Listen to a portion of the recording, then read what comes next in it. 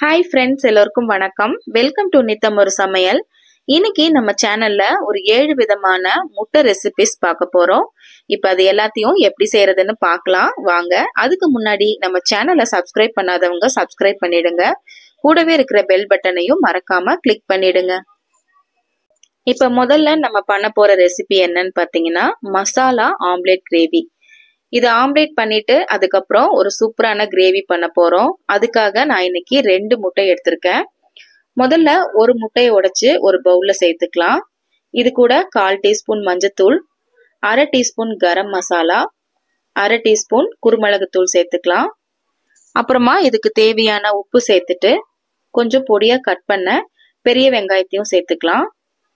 பொடியா கட் பண்ண தக்காளியும் சேர்த்துட்டு கடைசியா கொஞ்சம் மல்லி இலையும் மேல தூவிட்டு இதை நல்லா பீட் பண்ணி எடுத்துக்கலாம். இதே மாதிரி நம்ம இன்னொரு முட்டையும் இது எல்லாத்தையும் சேர்த்து பீட் பண்ணி ஆம்லேட்டா ஊத்தி எடுத்துக்கணும். பாருங்க, இப்ப முட்டையை நல்லா கலந்தாச்சு. இதை ஒரு தோசைக்கல்ல ஊத்தாம ஒரு தாளிப்பு கரண்டியில நம்ம இதை ஊத்தி எடுக்க போறோம். ஒரு கடாய அடுப்புல வச்சுக்கலாம். சின்ன தாளிப்பு கடாயை அதை அடுப்புல வச்சுட்டு அதுல எண்ணெய் ஊத்திட்டு நம்ம ரெடி பண்ணி வச்சிருக்கிற முட்டை கலவைய இதுல அப்படியே ஊத்திடலாம். ஸ்டவ்வை நல்லா மீடியம் ஹீட்ல வச்சுக்கோங்க. அப்பதான் ஒரு சைட்ல நல்லா வெந்து வரும். இப்ப ஒரு பக்கம் நல்லா வெந்ததுக்கு அப்புறமா அதை இன்னொரு பக்கம் திருப்பி போட்டு நல்லா குக் பண்ணி எடுத்துக்கோங்க. இது லேசா இந்த மாதிரி கரெக்டா வராம தான் இருக்கும். ஆனா நீங்க திருப்பி விட்டுட்டீங்கன்னா அதுக்கப்புறம் நல்லா ஷேப் வந்துடும் கரெக்டா. 2 பக்கமும் இதே மாதிரி திருப்பி திருப்பி விட்டு நல்லா வேக வச்சு எடுத்துக்கோங்க. இன்னொரு முட்டையும் அதே மாதிரி ரெடி பண்ணி ஊத்தி வேக வச்சு எடுத்துக்கலாம். இப்ப இது கிரேவி பண்ணிக்கலாம். ஒரு கடாயில எண்ணெய் ஊத்திட்டு அதுல கடுகு சேர்த்து நல்லா பொரிஞ்சதும் 1/2 டீஸ்பூன் அளவுக்கு சோம்பு சேர்த்துக்கலாம். கடுகும் சோம்பும் நல்லா பொரிஞ்சதுக்கு அப்புறமா ஒரு பெரிய வெங்காயத்தை நல்லா ஃபைனா சாப் பண்ணிட்டு இதுல சேர்த்து நல்லா வதக்கி விட்டுறலாம்.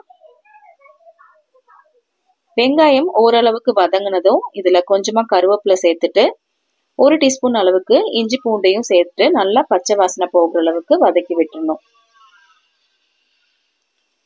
இப்ப இது கூட ஒரு தக்காளியை நான் கட் பண்ணி வச்சிருக்கேன். அதையும் சேர்த்து நல்லா வதக்கிக்கலாம். தக்காளி ஒரு பாதி அளவுக்கு வதங்கினதும் இதுல எடுத்து வச்சிருக்கிற மசாலாலாம் சேர்த்துக்கலாம். மஞ்சத்தூள், மல்லித்தூள், மிளகாய்த்தூள், கரம் மசாலா, பெப்பர் தூள், சீரகத்தூள், காஷ்மீரி சில்லித்தூள் இது எல்லாத்தையும் சேர்த்துட்டு நல்லா வதக்கி விட்டுறணும். மசாலா பச்சை வாசனையெல்லாம் போகிற அளவுக்கு இதை நல்லா வதக்கி விட்டுறலாம். இப்போ இதை நல்லா வதங்கிருச்சு. வெங்காயம் தக்காளியும் ஓரளவுக்கு குக் ஆயிடுச்சு. இப்போ இந்த கிரேவிக்கு தேவையான தண்ணி நம்ம ஊத்திக்கலாம். தண்ணி ஊத்திட்டு இதுக்கு தேவையான உப்பும் நம்ம சேர்த்துக்கலாம். இப்ப இதை நல்லா கொதிச்சு வேகணும். அது வரைக்கும் ஒரு 5 நிமிஷம் 10 நிமிஷம் நல்லா நம்ம மூடி வச்சு குக் பண்ணிக்கலாம். ஸ்டவ் மீடியம் ஹீட்லயே இருக்கட்டும். இப்ப பாருங்க, ஒரு 7ல இருந்து 8 நிமிஷம் இருக்கும். இது நல்லா கொதிச்சிருச்சு. வெங்காயம் தக்காளி எல்லாம் நல்லா குக் ஆயிடுச்சு.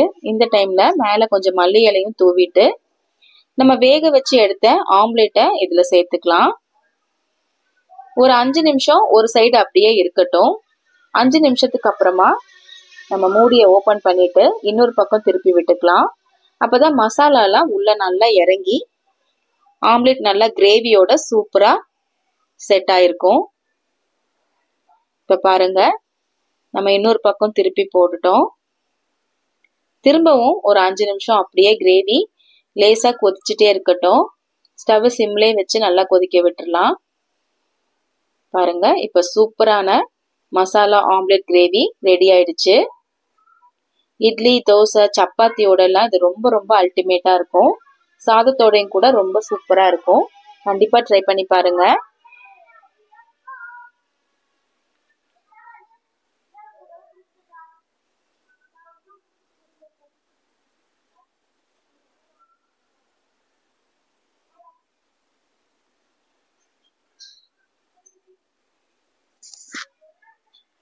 அடுத்துதான் நம்ம பார்க்க போறது மசாலா முட்டை பொடி மாஸ். இதுக்கு ஒரு டிஃப்ரெண்டான மசாலா நம்ம செய்ய போறோம். ஒரு மிக்ஸி ஜார்ல கட் பண்ண ஒரு பெரிய வெங்காயம், 3 பல் பூண்டு, ஒரு சின்ன துண்டு இஞ்சி சேர்த்துக்கலாம். கொஞ்சமா புளி சேர்த்துட்டு கொஞ்சம் கருவேப்பிலை, காரத்துக்கு உங்களுக்கு தகுந்த மாதிரி நீங்க வரமிளகாய் சேர்த்துக்கலாம். நான் இன்னைக்கு 4 காஞ்ச மிளகாய் சேர்த்திருக்கேன். இது எல்லாத்தையும் நல்லா நம்ம அரைச்சி எடுத்துக்கலாம். ரொம்ப ஃபைன் பேஸ்டா இதை அரைக்க முடியாது, கொரப்பா அரைச்சுக்கணும். தண்ணி சேர்க்காம இதை அரைச்சி எடுத்துக்கணும். இப்போ ஒரு கடாயை அடுப்புல வச்சுட்டு அதுல தேங்காய் எண்ணெய் சேர்த்துக்கலாம். தேங்காய் எண்ணெயில செய்யும் போதுதான் இதோட டேஸ்ட் ரொம்ப நல்லா இருக்கும். 5 முட்டையை உடைச்சு இந்த கடாயில சேர்த்திருக்கேன். இதுக்கு தேவையான உப்பு சேர்த்துட்டு இதை நல்லா ஸ்கிராம்பிள் பண்ணி விட்டுக்கலாம். முட்டை நல்லா வேகணும், அந்த அளவுக்கு இதை நல்லா வதக்கி விட்டுறணும்.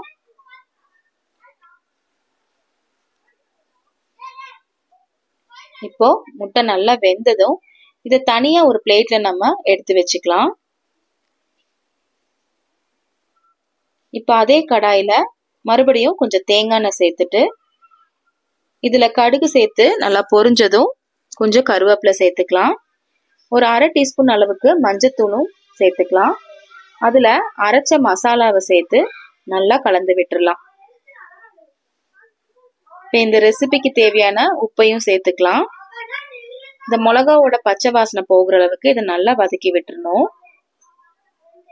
இது நல்லா வதங்கினதுக்கு அப்புறமா நம்ம ரெடி பண்ணி வச்சிருக்கிற முட்டைய இதுல சேர்த்துக்கலாம். முட்டை இந்த மசாலாவோட நல்லா சேர்ந்து கலக்கிற அளவுக்கு இது நல்லா மிக்ஸ் பண்ணிக்கணும். பாருங்க, நல்லா சூப்பரா ரெடி ஆயிடுச்சு. இத ஒயிட் ரைஸோட வச்சு சாப்பிட்டு பாருங்க, ரொம்ப ரொம்ப அல்டிமேட்டா இருக்கும். வேற எதுவுமே இதுக்கு ஊத்திக்கிற தேவையில்லை. இதை வச்சே நம்ம சாதத்துல பெரட்டி சாப்பிட்டீங்கன்னா ரொம்ப ரொம்ப அல்டிமேட்டா இருக்கும். கண்டிப்பா இதை ட்ரை பண்ணி பாருங்க. இதுதான் நம்ம பார்க்க போறது முட்டைக்கோஸ் முட்டை பொடி மாஸ் எப்படி பண்றதுன்னு சொல்லிட்டு பார்க்கலாம். அதுக்கு நான் இன்னைக்கு 200 கிராம் முட்டைக்கோஸ் எடுத்திருக்கேன். அதை நல்லா கழுவிட்டு ஃபைனா சாப் பண்ணி வச்சுக்கலாம். இப்போ ஒரு கடாயில எண்ணெய் ஊத்திட்டு அதுல கடுகு, கடலைப்பருப்பு, உளுந்து பருப்பு எல்லாம் சேர்த்து நல்லா செவக்க வறுத்துக்கலாம். இது கூட கொஞ்சமா சீரகமும் சேர்த்து அது நல்லா பொரிஞ்சதும் அதுல கட் பண்ணி வச்சிருக்கிற ஒரு பெரிய வெங்காயத்தை சேர்த்துக்கலாம். 3 பல் பூண்டை தட்டி வச்சிருக்கேன், அதையும் அது கூடயே சேர்த்து ஒரு காஞ்ச மிளகாய கட் பண்ணி வச்சிருக்கேன், கொஞ்சம் கருவேப்பிலை, இது எல்லாத்தையும் சேர்த்து நல்லா வதக்கிக்கலாம். வெங்காயம் நல்லா வதங்கணும், அது வரைக்கும் இதை நல்லா மிக்ஸ் பண்ணிட்டே இருக்கலாம். இப்போ வெங்காயம் நல்லா வதங்கினதும் அதுல கொஞ்சமா மஞ்சத்தூள் சேர்த்துக்கலாம். மஞ்சத்தூள் சேர்த்து இதை நல்லா வதக்கி விட்டுறலாம். இப்ப இதுல கட் பண்ணி வச்சிருக்கிற முட்டைக்கோஸ் சேர்த்துக்கலாம். முட்டைக்கோஸ் சேர்த்துட்டு இதை நல்லா கலந்து விட்டுறலாம். முட்டைக்கோஸ் நல்லா ஃப்ரெஷ்ஷா இருந்ததுன்னா ரொம்ப சீக்கிரமாவே குக் ஆயிடும். இதை வதக்கும் போதே இதுல கொஞ்சமா தண்ணி விட்டு வரும். நம்ம அதிகமா தண்ணி ஊத்தி இதை குக் பண்ண வேண்டியது இல்ல. இப்ப தேவையான உப்பு சேர்த்துக்கலாம். நான் கொஞ்சமா தண்ணி தெளிச்சுதான் இதை வேக வைக்க போறேன்.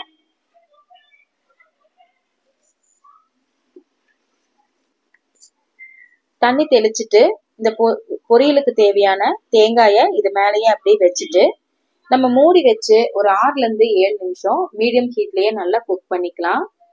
இடையில ஒரு தடவை நான் திறந்து கிளறி விட்டுருக்கேன். இப்ப பாருங்க, பொரியல் நல்லா வெந்து சூப்பரா ரெடி ஆயிடுச்சு. இதை ஒரு தடவை நல்லா கலந்து விட்டுட்டு பொரியலை கொஞ்சம் ஓரமா தள்ளி வச்சுட்டு நடுவுல 2 முட்டையை உடைச்சு நம்ம சேர்த்துக்கலாம். முட்டை உங்க விருப்பத்துக்கு தகுந்த மாதிரி எவ்வளவு வேணாலும் சேர்த்துக்கலாம்.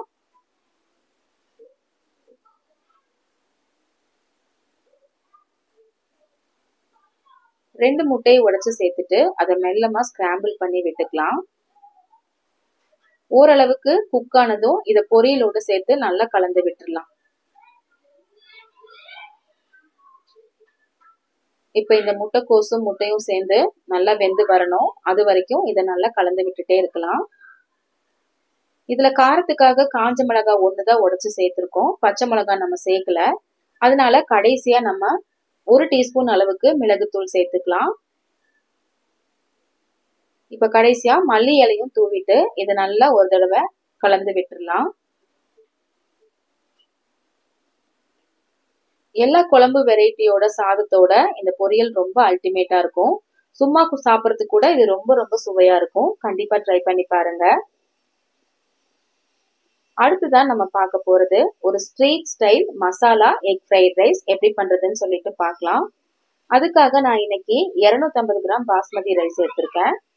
அது ஒரு 20 நிமிஷம் தண்ணியில ஊற வச்சுட்டு ஒரு பெரிய பாத்திரத்துல தண்ணி வச்சு அது நல்லா கொதிச்சு வரும்போது அதுல கொஞ்சமா எண்ணெயும் உப்பும் சேர்த்துட்டு இந்த அரிசிய தண்ணி வடிச்சிட்டு அதுல சேர்த்து நல்லா வேக விட்டு 3/4 பாகம் வெந்ததும் தண்ணி வடிச்சிட்டு அதை நல்லா ஃபேன்ல ஆற வச்சு எடுத்துக்கலாம்.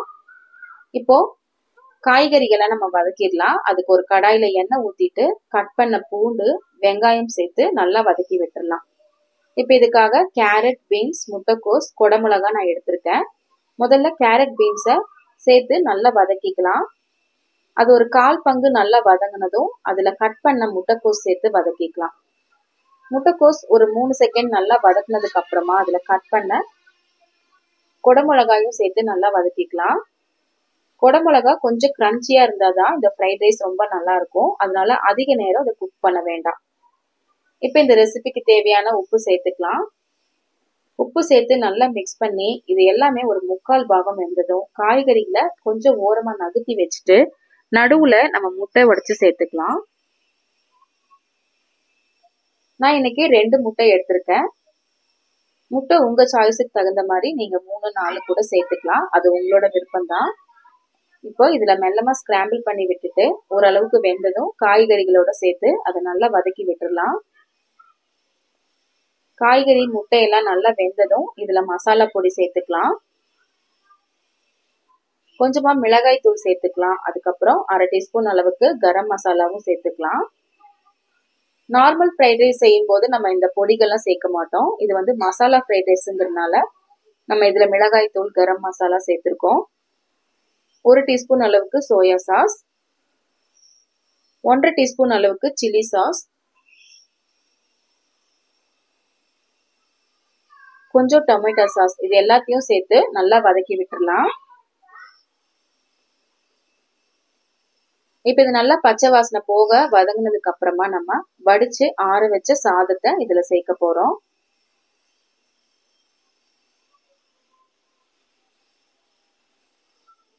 இப்ப சாதத்தை இது கூட சேர்த்து நல்லா மிக்ஸ் பண்ணிக்கலாம். சாதம் நல்லா உடையாம நல்லா உதிர் உதிரா சூப்பரா வந்திருக்கு பாருங்க. இப்ப இதுக்கு கொஞ்சமா உப்பு சேர்த்துக்கலாம். கடைசியா 1/2 டீஸ்பூன் அளவுக்கு பெப்பர் தூளும் நம்ம சேர்த்துக்கலாம். சேர்த்து இதை நல்லா மிக்ஸ் பண்ணி விட்டுறலாம். மசாலா எல்லா பக்கமும் இந்த சாதத்துல நல்லா கோட் ஆகுற அளவுக்கு இதை நல்லா கலந்து விட்டுட்டு நல்லா அடுப்பு சிம்ல வச்சே ஒரு 10 நிமிஷத்துக்கு இதை குக் பண்ணிக்கலாம். பாருங்க, ரொம்ப சூப்பரா இந்த எக் ஃப்ரைட் ரைஸ் ரெடி ஆயிடுச்சு. இது ரொம்ப ரொம்ப அல்டிமேட்டா இருக்கும். கண்டிப்பா ட்ரை பண்ணி பாருங்க. லஞ்ச் பாக்ஸ் கூட இதை நீங்க ட்ரை பண்ணலாம். இப்ப அடுத்ததான் நம்ம பார்க்க போறது சாதாரண பிரெட் ஆம்லெட் தான். இது எல்லாருக்குமே ரொம்ப பிடிச்ச ரெசிபி. இப்ப இது பண்றதுக்கு 2 முட்டைய ஒரு பவுல்ல உடைச்சு சேர்த்துக்கலாம். இதுக்கு கொஞ்சமா உப்பு சேர்த்துக்கலாம். நான் இன்னைக்கு காரத்துக்காக சில்லி ஃபிளேக்ஸ் கொஞ்சமா சேர்த்திருக்கேன். இதுல பொடியா கட் பண்ண வெங்காயமும் சேர்த்துக்கலாம். வெஜிடபிள்ஸ் கூட நீங்க பொடியா கட் பண்ணிட்டு அதையும் இதுல சேர்த்துக்கலாம். இப்ப இதை நல்லா பீட் பண்ணி வச்சுக்கலாம். ஒரு தோசைக்கல்ல அடுப்புல வச்சு அதுல எண்ணெய் ஊத்திட்டு நல்லா ஸ்ப்ரெட் பண்ணி விட்டுக்கலாம். அதுல இந்த முட்டை ஆம்லேட்டை அப்படியே ஊத்திட்டு நல்லா எல்லா பக்கமும் ஸ்ப்ரெட் ஆகுற அளவுக்கு அதை லேசா இந்த மாதிரி பரத்தி விட்டுடலாம் ஸ்பூன் வச்சு. இப்ப இதுல நான் 2 பிரெட் எடுத்திருக்கேன். பிரெட்டை இந்த மாதிரி ஒரு சைடு நல்லா டிப் பண்ணிட்டு இன்னொரு பக்கம் அப்படியே அது மேல பிளேஸ் பண்ணிக்கலாம். இப்ப இது மேல பெப்பர் தூளும் கொஞ்சமா சாட் மசாலாவும் டேஸ்ட்காக நான் போட்டிருக்கேன். முட்டை நல்லா ஒரு பக்கம் குக் ஆனதும் இது அப்படியே இன்னொரு பக்கம் திருப்பி போட்டுக்கலாம். லேசா கையில இந்த மாதிரி புடிச்சிட்டு திருப்பிக்கோங்க. அப்பதான் தனியா வராம இருக்கும். இப்ப 2 சைடும் இது அப்படியே இந்த பிரெட் மேல முட்டைய மடக்கி விட்டுறலாம். திரும்பவும் ஒரு பிரெட் மேல ஒரு பிரெட் வர மாதிரி அதை மடக்கி விட்டு இப்ப நம்ம சர்வ் பண்ணிக்கலாம். மேல டொமேட்டோ சாஸ் இருந்தா கூட நீங்க ஊத்திட்டு சர்வ் பண்ணலாம். ரொம்ப ரொம்ப டேஸ்டியான இந்த பிரெட் ஆம்லெட்டை கண்டிப்பா ட்ரை பண்ணி பாருங்க. ஈவினிங் ஸ்நாக்ஸுக்கு இது ஒரு பெஸ்ட் ஆப்ஷனா இருக்கும். இந்த மழை காலத்துல கண்டிப்பா இது எல்லாத்தையும் ட்ரை பண்ணி பாருங்க. அடுத்து நம்ம பார்க்க போற ரெசிபி ரொம்ப ரொம்ப சூப்பரான ஒரு முட்டை குருமா எப்படி பண்றதுன்னு சொல்லிட்டு பார்க்கலாம். அதுக்கு நான் இன்னைக்கு 5 முட்டை எடுத்திருக்கேன். அதை வேக வச்சுட்டு தோல் உரிச்சு தனியா வச்சுக்கலாம். இப்ப இதுக்கு அரைக்கிறதுக்காக அரை மூடி தேங்காய், பொட்டுக்கடலை, பட்டை, கிராம்பு, சோம்பு, கசகசா இது எல்லாமே எடுத்து வச்சிருக்கேன். இப்போ ஒரு கடாயில எண்ணெய் ஊத்திக்கலாம். எண்ணெய் நல்லா காஞ்சதும் அதுல கடுகு சேர்த்துட்டு அது நல்லா பொரிஞ்சதுக்கு அப்புறமா நீளமா கட் பண்ண ஒரு பெரிய வெங்காயத்தை சேர்த்துக்கலாம். கொஞ்சமா கருவேப்பிலையும் சேர்த்து நல்லா வதக்கி விட்டுறலாம். ஒரு பச்சை மிளகாயும் கீரி சேர்த்திருக்கேன். இப்ப வெங்காயம் ஓரளவுக்கு நல்லா வதங்கிடட்டும். அதுக்கப்புறமா 1 டீஸ்பூன் அளவுக்கு இஞ்சி பூண்டு பேஸ்ட் சேர்த்து நல்லா வதக்கிக்கலாம். இதுல ஒரு தக்காளியும் கட் பண்ணி சேர்த்துட்டு அதையும் நல்லா வதக்கிக்கலாம். வெங்காயம் தக்காளி நல்லா குக் ஆகணும், அந்த அளவுக்கு இதை நல்லா வதக்கிக்கலாம். இப்போ இந்த குழம்புக்கு தேவையான உப்பு சேர்த்துக்கலாம். கொஞ்சமா மஞ்சத்தூள், 1.5 டீஸ்பூன் அளவுக்கு மல்லித்தூள், 3/4 டீஸ்பூன் அளவுக்கு மிளகாய் தூள் சேர்த்துக்கலாம். இப்போ இதை நல்லா வதக்கி விட்டுறணும். மசாலா பச்சை வாசனை போகிற அளவுக்கு நல்லா வதக்கி விட்டுறலாம். வெங்காயம் தக்காளியும் நல்லா குக் ஆயிடுச்சு. இந்த டைம்ல இதுக்கு தேவையான தண்ணி ஊத்திக்கலாம்.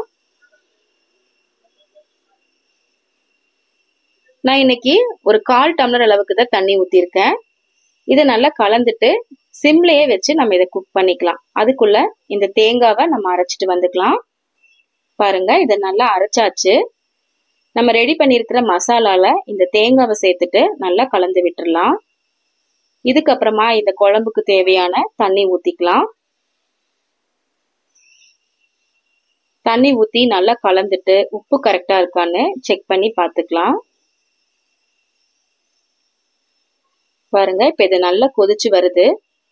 கொதிச்சு வரும்போது நம்ம வேக வச்ச முட்டைய லேசா 2 சைட்லயும் கட் பண்ணிக்கணும்.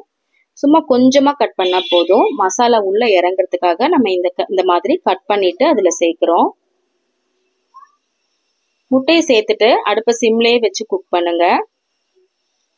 லேசா மிக்ஸ் பண்ணி விடுங்க. 2 பக்கமும் முட்டையை நல்லா திருப்பி திருப்பி விட்டு மசாலா உள்ள இறங்கணும். அந்த அளவுக்கு இதை நல்லா இந்த மாதிரி திருப்பி விட்டுட்டே இருக்கணும். பாருங்க, ரொம்ப சூப்பரான டேஸ்டியான முட்டை குருமா ரெடி ஆயிடுச்சு. இட்லி, தோசை, சப்பாத்தியோட, இடியாப்பம் எல்லாத்தோடையுமே இது ரொம்ப அல்டிமேட்டா இருக்கும். ஆப்பத்துக்கு கூட இது ரொம்ப ரொம்ப பெஸ்ட் காம்போவா இருக்கும். கடைசியா மல்லி இலை தூவிட்டு சர்வ் பண்ணிடலாம்.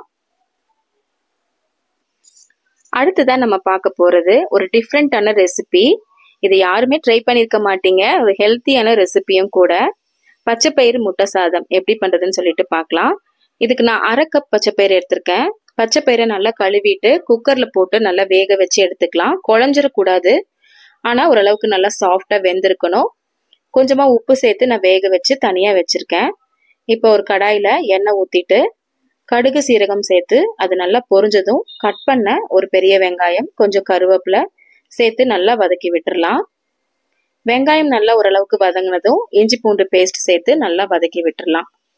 ஒரு தக்காளியும் கட் பண்ணி வச்சிருக்கேன், அதையும் இதுல சேர்த்து தக்காளியும் வெங்காயமும் நல்லா வேகிற அளவுக்கு இதை நல்லா வதக்கி விட்டுறலாம். தக்காளி ஓரளவுக்கு குக் ஆயிடுச்சு. இப்போ 1/2 டீஸ்பூன் அளவுக்கு மஞ்சத்தூளும் 1 டீஸ்பூன் அளவுக்கு சாம்பார் தூள் நான் சேர்த்திருக்கேன். உங்ககிட்ட சாம்பார் தூள் இல்லைன்னா குழம்பு மிளகாய் தூள் இருந்தாலும் நீங்க சேர்த்துக்கலாம். இல்லைன்னா மல்லித்தூள், மிளகாய் தூள் தனியா இருந்தாலும் நீங்க சேர்த்துக்கலாம். இப்ப இது கூட 4 முட்டைய உடைச்சு சேர்த்துக்கலாம். முட்டை இந்த மாதிரி ஓரளவுக்கு நல்லா வெந்து வரணும். அது வரைக்கும் இதை நல்லா கலந்து விட்டுட்டே இருக்கணும். இதுக்கு தேவையான உப்பையும் சேர்த்து நம்ம கலந்துக்கலாம். முட்டை இப்போ நல்லா வெந்துருச்சு. இந்த டைம்ல நம்ம வேக வச்ச பச்சைப்பயிறு சேர்த்துக்கலாம். பச்சைப்பயிரும் முட்டையும் நல்லா ஒன்று சேர்ந்து வர அளவுக்கு அதை நல்லா கலந்து விட்டுட்டே இருக்கணும். இப்ப பாருங்க, நல்லா ஒன்னா மிக்ஸ் ஆயிடுச்சு. இப்போ நம்ம வடிச்சு ஆற வச்ச சாதத்தை சேர்த்துக்கலாம். இதுல சாதம் நல்லா குழையாம உதிர் உதிரா வடிச்சு நம்ம நல்லா ஆற வச்சு எடுத்துருக்கணும். அப்பதான் சாதம் இந்த மாதிரி நல்லா ஒன்னோட ஒண்ணு ஒட்டாம நல்லா இருக்கும். நல்லா மிக்ஸ் பண்ணி எடுத்தாச்சு. இப்போ உப்பு கரெக்டா இருக்கான்னு செக் பண்ணிட்டு வேணும்னா நம்ம சேர்த்துக்கலாம். கடைசியா மல்லி இலை தூவிட்டு சர்வ் பண்ணிடலாம். ரொம்ப ரொம்ப அல்டிமேட்டான இந்த பச்சைப்பயிறு முட்டை சாதத்தை கண்டிப்பா நீங்க ட்ரை பண்ணி பாருங்க. இந்த 7 விதமான முட்டை ரெசிபிஸும் கண்டிப்பா உங்க வீட்ல ட்ரை பண்ணி பார்த்துட்டு உங்க கமெண்ட்ஸை சொல்லுங்க. இந்த வீடியோ உங்களுக்கு பிடிச்சிருந்தா லைக் பண்ணுங்க, ஷேர் பண்ணுங்க, சப்ஸ்கிரைப் பண்ணுங்க. Happy cooking!